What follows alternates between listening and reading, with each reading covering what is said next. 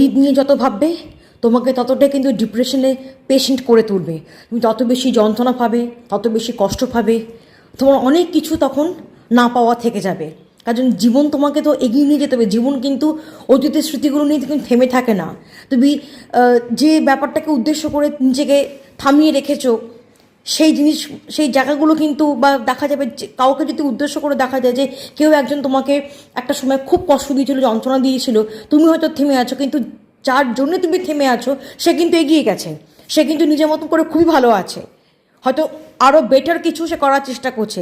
সে যদি আরও বেটার কিছু করার চেষ্টা করে, তোমাকে কষ্ট দিয়ে দুঃখ দিয়ে সে যদি এগিয়ে যেতে পারে, খুব ভালো থাকতে পারে, তুমি কেন স্বাচ্ছা থেকে কষ্ট পাবে?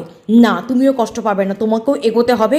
হাতে একটু সময় নিতে হবে, কিন্তু তোমাকেও এগিয়ে যেতে হবে। কারণ তুমি যদি না এগোতে পারো, তাহলে তুমি তো নিজের কাছে নিজে হেরে যাবে, জীবনের কাছে তুমি হেরে যাবে। আর ওই মানুষটাকে এতটা তুমি পাওয়ার যদি দিয়ে ফেলো যে তুমি জীবনের কাছে হেরে যাও, তাহলে সেই তো আলটিমেটলি জিতে যাবে।